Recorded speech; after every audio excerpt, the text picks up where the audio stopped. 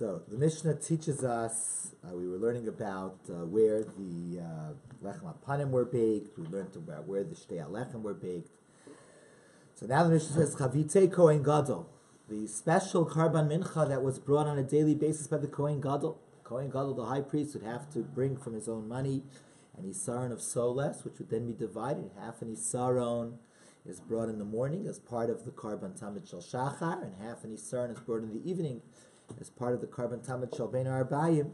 So this, the tool for the measuring of the half isaron was kodesh, and since it was kodesh, the moment the solet, the fine flour, went into that tool, it became holy, and therefore everything had to be in the Beis Hamikdash. If it would be taken out of the Beis Hamikdash, it would be disqualified with the disqualification of Yotzei. And therefore, Chavitei Kohen Gadol, all the preparations of the Chavitei Kohen Gadol, of the loaves that the Kohen Gadol brings, half in the morning and half in the evening, loaves, bifnim, happens inside the Azara.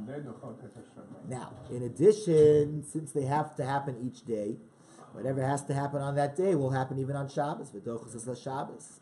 This will overrule Shabbos.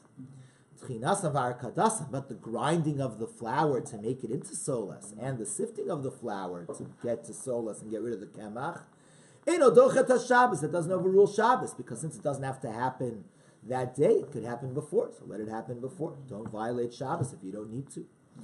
Klal Amar Rabbi Akiva gave a rule that tells us the reasoning for what we just said. Any of the malachos that you could do them before Shabbos, and you have to do them before Shabbos. They would not overrule Shabbos. However, but those things that couldn't be done before Shabbos, let's say the kneading of the chavitin, the baking of the chavitin, so that dochas Shabbos, that overrules Shabbos. Okay. Another rule. Kala menachos yesh ben ma'aseh kli. Now all menachos, the kneading is actually done in a bowl which is holy. And that's the case if it's bifnim, if you're kneading it inside the azara. So if kneading inside the azara, the bowl that's used is a holy bowl. However, ve'ein ben ma'aseh kli, there's no need to use a holy bowl. You can use a secular bowl. If bachutz, if you're kneading them outside of the azara. Now we get into the details of what everything looked like. Shtei alechem, the two loaves for Shavuos, the two loaves that are brought from the new wheat. And they permit us using new wheat in the Beis Hamikdash for Menachos, the Shtei alechem, the two loaves, Arkan Sheva Tfachim. Shiva Tfachim. They were 7 Tfachim long. The Rachban Arba Tfachim, and their width was 4 Tfachim long. But in addition, so it was was a type of a rectangle.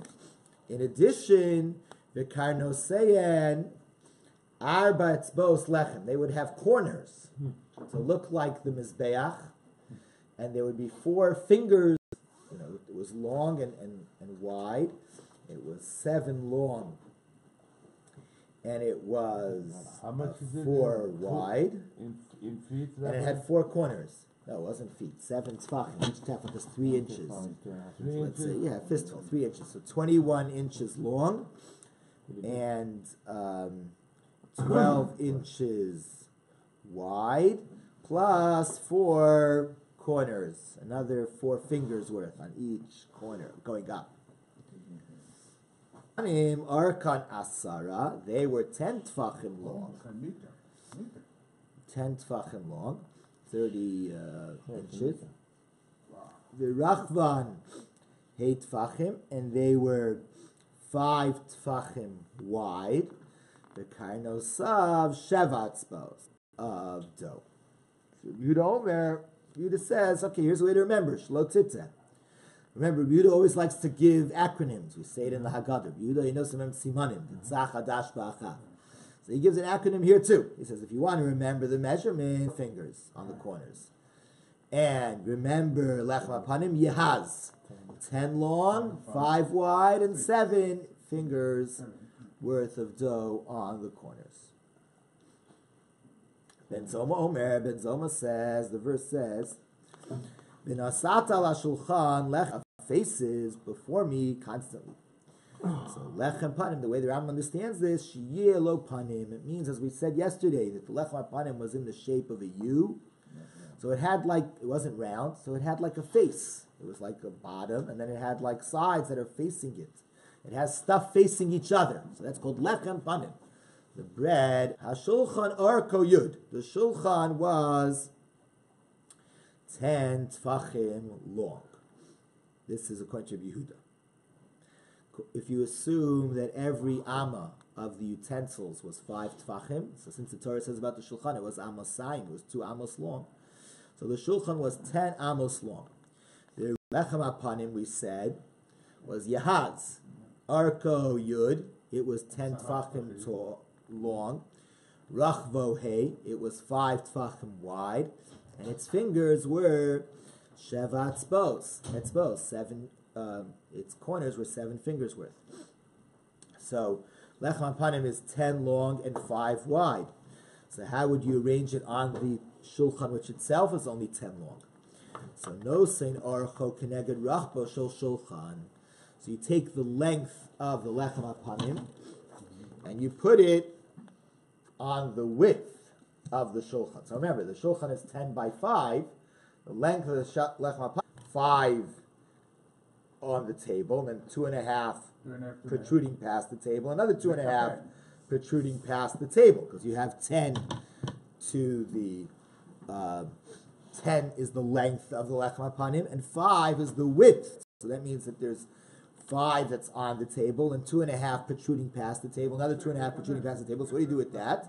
So again, the Mishnah says, according to Yehuda, HaShulchan Orko Yud V'Rachbo Chamisha, the Shulchan was 10 long and 5 wide. Lechem Apanim, the Lechem Apanim is Orko Yud, is 10 long, V'Rachbo He, and it is 5 wide. No saying Orko Keneged Rachbo Shul Shulchan, you put the length of the Lechem Apanim, these parts that are protruding, you bend them up. Tfachayim Umechza Mikan, so 2.5 are bent up on this side. With 2.5 are bent up on the other side. Was it a soft bread, Rabbi? You could bend it again? It was a soft bread. So Nimtza, so what comes out? Arka width of the shulchan. That's the view of Rabbi Yehuda. However, Rabbi Meir says, HaShulchan Arko Yud Beis. He says all the amos of the vessels were amos of 6 tfachim, not amos of 5 tfachim. So the length of the shulchan, as we said, everybody agrees, is arko yud, is 10 long, v'rachbo hey, and its width is 5. So what does Rabbi Meir hold? No saying arko keneged rachbo shel shulchan. He puts the length of the lechem apanim opposite the width of the table. So now you have 10 covering the space of 5. Kofel tfachayim mikan. He bends up 6 wide. So now, if you have something 10 long, right? This is 10 long, and it's on something which is only 6 wide, and you're putting the length to the width. So now you have 6, and then you bend up, 2 up and 2 up. So therefore, according to Rabbi Meir, so kofel tfachayim mikan, tfachayim mikan. So he bends up 2 tfachim here, and he bends up 2 tfachim here. And then he makes another stack. So that's for 6. And he puts another 5 loaves on top of those, also bent up. And next to that, he makes another stack with also 5 loaves. 6 loaves. Utfachayim revach be'emtza. And between the 2 stacks, there are 2 tfachim. Because the length, again, according to Rabbi Meir, the length of the shulchan is 12 tfachim. So the lechem apanim loaves are only 5 tfachim long. I'm sorry, 5 tfachim wide. So if you have a stack of 6 of them, so that's going to be 5 tfachim of space occupied. Another stack of 6 will also be 5 tfachim of space. So 5 plus 5 is 10. Out of 12, you're left with 2 extra. So the 2 extra tfachim are between the 2 stacks. Tfachayim revach be'emtza, that's in the middle. So that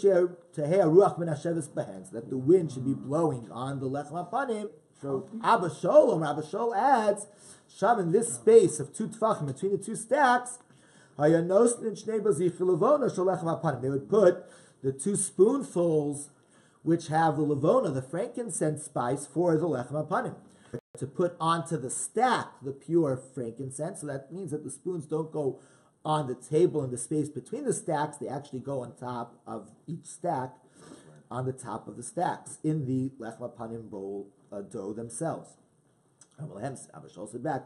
But the verse says, "Va'alav matei Menashe." So when it says that the tribes were traveling, on him was the tribe of Menashe. Does it mean that the tribe of Menashe was literally standing on top of the tribe that went first? No, it means alav means next to. So the word alav means next to. So when it says v'nasat ala ma'arechas, you'll put on the stack. It means you put next to the stack these spoonfuls of levona. Okay, so again, to review, 10 tvachim long. According to Rabbi Meir, the shulchan was 12 tvachim long. So according to Rabbi Yehuda, the shulchan is 10 tvachim long and only 5 tvachim wide. So when you put the loaves of lechem hapanim length to the width of the shulchan, bent up. According to Rabbi Meir, where it's 6 tvachim wide, so then the length of the length of the lechem hapanim is 10 to 6. So you have to bend up 2 tvachim on each side. According to being 5 wide, so they fill up the entire shulchan. There's no space for anything else. According to Rabbi Meir, that the shulchan is 12 tvachim long. When you have 2 stacks of lechem hapanim, each being 5 wide, you still have 2 tvachim empty. Those 2 tvachim are there in order to make sure that things don't get moldy. Which one of them is the halacha one, the correct one? Which opinion? We pass by Rabbi Meir. Rabbi Meir. Yeah. Rabbi, how thick was you have an idea? How thick was the lechem? I think it was a tefach. And 6 versus 10 and 5. Rabbi Meir is 12 and 6. Rabbi Yehuda is 10 and 5. 12 and 6. Rabbi, now we know the shape, the length, the width, and how thick was it, the bread? That's what Izzy just asked. I don't think much. We're going to see in a second. It's not so much. I don't think it's so. Why then we could do that? We do the braiding and. So I actually heard an interesting thing from Rabbi Leibowitz yesterday. He said on the tape that Rav Shechter says that the braiding is maybe for the other idea of the lechem hapanim, right? This is apparently saying the lechem hapanim is square. That if you braid it, when you turn it over, it looks like a boat. The bottom is sort of sloped like a V, and the top is square. So he thought that was to commemorate the idea to make chalos like this shape. They would be rectangular. There would be a rectangle longer than wider. And they would have 4 corners on the side, like fingers, to make it look like the shtei alechem. Don't tell Chana to change the recipe. It should be recommended to all. Maybe. Don't share this. This is good. Remembering What's our that? forefathers. Yes, it was matzah. They didn't let it ferment. Did they take challah from the lechem hapanim? Yeah. The gift of going in. So Yeah. 10 the length, 6 5. width. No. 12. 10 the length, 5 the width, or 12 folded up. 5 or 7. 4. No, 4 or 7. 4 or 7. Okay. Tomorrow night, do the Now. baking at your house. Varba. Tomorrow night, You bake. I drink. Shel zav hayushan. And there were 4 pillars of gold there, 4 panels of gold, mifutzalim meirashehem, that have lots of holes in their heads. And they would put all these kanim, they would put all these reeds there. Shayusomchen behen. And with these 2 panels, they used to support all the breads to hold them up. Shnayim l'seder zeh, they would have 2 for one stack, Shnayim l'seder zeh, and 2 for the other stack. Oh, they weren't on top of each other, the bread? There was. The breads were on shelves Grills.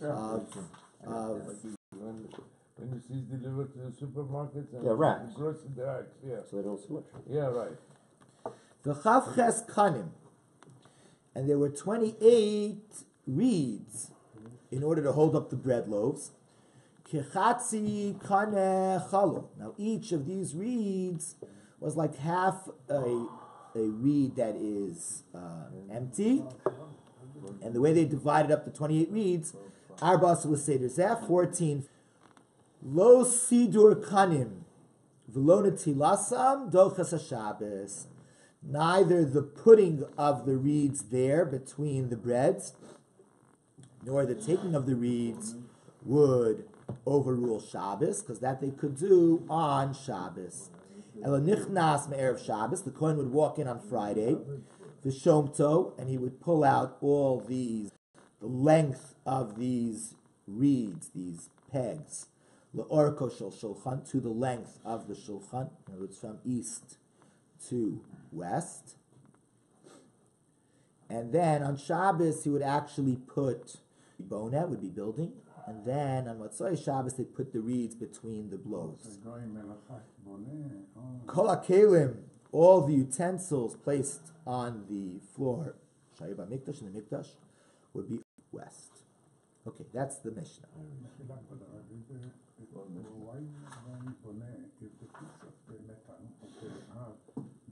We just put it every time again and again. But apparently that's considered boneh in the Mikdash. Logo is boneh, anything we do in Oh, but that's not lasting for 24 hours. This is okay. Next Mishnah, next Gemara. The Mishnah began by saying, if you're kneading the dough of the mincha in the Beis Hamikdash, then you would knead it in a bowl that was holy. It would be ma'isakli. It would be made in a holy vessel if it was done bifnim. Shalu at Rebbe, they asked Rebbe, Zumi 9, how do we know this? This is the place where the Kohanim will cook there. As the Asham and the Chatas. Asher Yofu es HaMincha, and there they will bake the Mincha, Levil Tiyotzi Lachatzer Chitzona, to not take it out to the outer courtyard. They're going to do it in the inner Azara. So here in this verse we have the Chatas. That's to tell you that the Mincha is like the Asham and Chatas.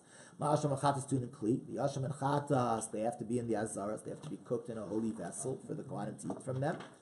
Therefore, after Mincha Nami tune and Kli, the Mincha has to be prepared in a holy vessel if it's done in the Azara. Right, then we have the wide, Rabbi Yehuda, or is the Shulchan 12 long and 6 wide? Right. That's Rabbi Meir. So Rabbi Yochanan said, the Divrei Omer, according to the opinion that the Shulchan was long, even though they're put to the width of the Shulchan, he has to bend up 2.5 on each side. So therefore, if he bends up 2.5 on this side and 2.5 on that side, on one side, and 2.5 is bent up on the other side. So 6 times 2.5 is how much? 15. 6 times 2.5 is 15. So that means that when we think about the Shulchan as a holy vessel, and that the holy vessel can consecrate what's put in it, it's not just this, the floor, the table top, which is holy. Created 15 tefachim up. So Rabbi Yochanan says, according to the opinion, tefachim umefza kofel. And therefore, how much do you have to bend up? Something up a loaf, and then some space, another set of 3 reeds holding up the next loaf, and some space, another set of 3 reeds holding the next loaf. So it's more than 12 tfachim, or more than 15 tfachim. Answer the Gemara, the reeds would be immersed in the dough. They would be immersed in the loaves. The Gemara says, 1 second. My time, what's the whole purpose of reeds? The purpose of the reeds is that the bread shouldn't be one on top of each other with their heat going one to the next and making it all moldy. But if you're going to say that the reeds are literally in the dough, so then coming afshalechem, so then you didn't accomplish anything. Then the breads are literally on top of each other, and the breads are going to become moldy. So no, they were a little bit separate. It's a migbala purta. They were a little bit elevated, a little bit separated one from the other. So okay, then then you can't say it's 15 tfachim tall. It's 15 tfachim plus these little bits, or it's 12 tfachim plus these little bits. So Gemara says no. Okay, even the lo havi tefach, since that amount is not a tefach, lo chashiv lei, it's not counted. So you have to say also. You ask how thick was the bread. It couldn't have been that the bread was thick a tefach, because then it would have added to the. It wouldn't be 12. It wouldn't be 15. It would have been also. It would have been 18. It would have been. 21. So the fact that doesn't count, that must be that thickness was less than a tefach. Maybe it was a finger. Maybe it was an etzbah. It wasn't a tefach. All these maybe less than that measurements and ideas they give, this is all based on their own assumptions and figurations. It didn't go from door to door. It's a very good question. Yeah. Apparently not. Apparently, once we lost the Beis Hamikdash, we started to forget what it was allowed. They knew nothing at all. So here the Gemara is being written, in the year 350. It's 280 years after the loss of the Beis Hamikdash. Whatever traditions there were also may have been forgotten. They didn't know much anymore, so now they have to go figure things out. Things But the get Thomas forgotten are quickly. disputing too, which is a little closer. Yeah, but things get forgotten pretty quickly. Even though the measurements are halakha, these things, Yeah, but but it's unless- still is a question mark. I think if you're not reviewing something constantly, it goes away very quickly. So Gemara says about Torah, you lift your eyes and it flies away. You know, So like it takes lighting up the constant effort. candles Friday night, it stays from generation to generation. Yeah, but Okay. still, that You they're know, constantly reviewing. And still there's some So now the Gemara asks another question. So we're saying that the stack is 15 tvachim tall, or a stack is 12 tvachim tall. 1 second, vayika bazichin, but you also have the spoonfuls of frankincense, so it should be more than 15, because it's 15 plus the spoonfuls, or it's more than 12. Answer the Gemara, but Gavid lechem avayasvi, those spoonfuls of frankincense are inside the loaf, so it's not more than 12 or 15. So the Gemara says, and therefore lebahadi lechem havukaim, they're together with the same height as the breads. Vayika kronos, but what about the corners on these breads? So why do you say it's 15 tall? You bend it up, and then you also have the 4 fingers. So the Gemara says, no. Kronos legavid lechem kaiflu. Those corners were bent into the bread. The lechem alayu nachle, and the bread was placed on top of it. Asks the Gemara again, how do you say that one stack was 12 or one stack was 15? Now turning to tzadi vavim and beis, mizgarto, but you also have the mizgeret. The mizgeret was the rim, the frame around the table, which the Gemara is assuming was another tefach. And you'd have to put the breads on top of the mizgeret, not within the mizgeret, because there wouldn't have been space if it was within. So when I said no, kamadar mizgar to lamata haisa. This is all assuming that that frame was underneath the tabletop, not on top of the tabletop. So Gemara says 1 second. Ulamada mizgar to lamalo haisa. Or even according to the opinion that the mizgeret was on top of the frame, parku they have a mefarkata. The mizgeret was like this; it was sloped. So therefore, you still had 10 tvachim worth of space from here to here, because the mizgeret is not straight up, filling up space; it's bent outwards. It's like a bowl like this, and therefore there was room to put in the breads. Therefore, parku they have a mefarkata. And therefore, v'lechem begava, the shulchan avayasiv, the bread was placed inside the table. Kidatani, as we learned in a brayso. Rabbi Yosef says, Lo hayu sham snifim. He says there were no 2 panels in order to hold up the lechem apanim. Elam izgarto shel shulchan ma'amedes es halechem. But the frame around the table, that would hold up all the bread. Amrulo, the other sages said to Rabbi Yosef, no, mizgarto lamata isa, the mizgeret was underneath the tabletop. The mizgeret was down here, it wasn't up here. So therefore, there's no way it was holding up the bread. Rabbi Yochanan said, so we have an argument. What the shulchan looked like? Did it have a frame on top of the tabletop, or did it have a frame underneath the tabletop? So Rabbi Yochanan says, according to the opinion that the frame was underneath the tabletop, and therefore the table is totally flat. So then we'd say like this: Tavla misapeches. If you have a tabletop, a tavla, which is flat on both sides, you can use on both sides. And if you turn it over, then it'll have a base kibble. It's going to be tmeya. But according to the opinion of Mizgar, the Mizgaris was on top. So that means that you had a frame around the tabletop. It means the tabletop itself has a base kibble. It's holding things. It can hold things. Then tavla misapechas tibaylach. So therefore, a tavla misapechas. You have a question: is that considered a base kibble, or is that not considered a base kibble? Because the way it is now, it's flat, and only if you overturn it will it have a base kibble. So the Gemara says, Michlal, this discussion of Rabbi Yochanan is saying the shulchan bar kibuli tumu. There's no question that the shulchan itself, the table, could become tamei. So the question is what the table looked like, so we can learn from there to other vessels if they can become tamei. How's that so? The shulchan is such a big wooden utensil. It's a big wooden utensil made to sit in one place. We know that the only things that can become tamei are things that are like sack, that can be moved. But this is not something which can be moved. Kol creates also in a wooden utensil made to sit in one place. Ein makabel tumah, doesn't become tummy. So my time, or why does it not become tummy? Because to me the sakbina, we need it to be like sack. The Torah says, "Mikol kli eitz o beged or sak, ma sak mitaltel mali v'reikan." A sack is in which you can carry full, or you can carry empty. Avkol mitaltel mali v'reikan. So to anything which you can carry full and empty is, in fact, something which can become tummy. So Gemara says, listen, Shulchan Nami, even the table, mitaltel mali v'reikan, it can be carried full or empty. And therefore, it's not a kli eitz asul nachas, it's a wooden utensil, but it's a wooden utensil, it's movable. How do we know that it was ever carried? That's it. We learned it back in Masechet Chagiga. Reish Lakish taught us. Reish Lakish said, "My dichtiv," what's the meaning of the verse? Ala shulchan ator, on the pure table, implying that it could be impure. Tor michlal dika tami, pure, implying that it could be impure. Why could it be impure? It's not something which is movable. The answer is it is movable. When was the shulchan moved? During the festivals. Elamalame, this teaches you that during the 3 festivals, Magbi and Osalo, they were galim. They would lift up the shulchan to show it to all those who were there for the festival. Umarin bo lechem, and they would show them the bread. They would tell them, Ruchi basam l'fnei hamakom, see how beloved you are before God. That here this bread is still fresh the way it was when it came out of the oven. There was a tremendous miracle in the lechem panim.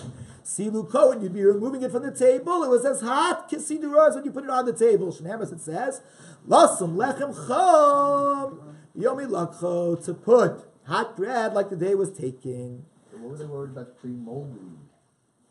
Because I mean, it's all miracles. It's a good question. Maybe that's a lesson. Even when you know that they're miracles, you have to try your best. Some calendar. Still try your best. It's hypocrite. 1 second. Why do you say that the reason why the shulchan is impure? Because it would be lifted. Forget about that. Mishum tzipui. It's all covered by metal. And since it's covered with gold, it's covered by metal. So therefore, it's a metal utensil. Metal utensils become tummy even if they're big and they're not movable. Milot, didn't we learn a Mishnah? Meseches kelim, shulchan v'adul b'ki, a table of wood or a table made of leather. Shed nifchasu, if they were punctured, or they were covered in marble, kosos, and he still left in them the space to put a cup, then they stay tummy. Rabbi says, makom anachas chatichos. There has to be enough space to leave pieces of meat and fish. Then, then it stays tummy. Otherwise, it would become tar. So shear in. If he left space, it stays tummy. Low shear, but if not low, it loses its identity, and it becomes now what its cover is. So it becomes stone. If you're going to tell me that things don't only become what they are covered by, maybe there's a difference between a covering that is really attached, versus a covering that's not so attached. Rish Lakish asked the question of Rabbi Yochanan. Okay, Bezrat Hashem, we'll continue at this point tomorrow. We'll get back to it. Okay.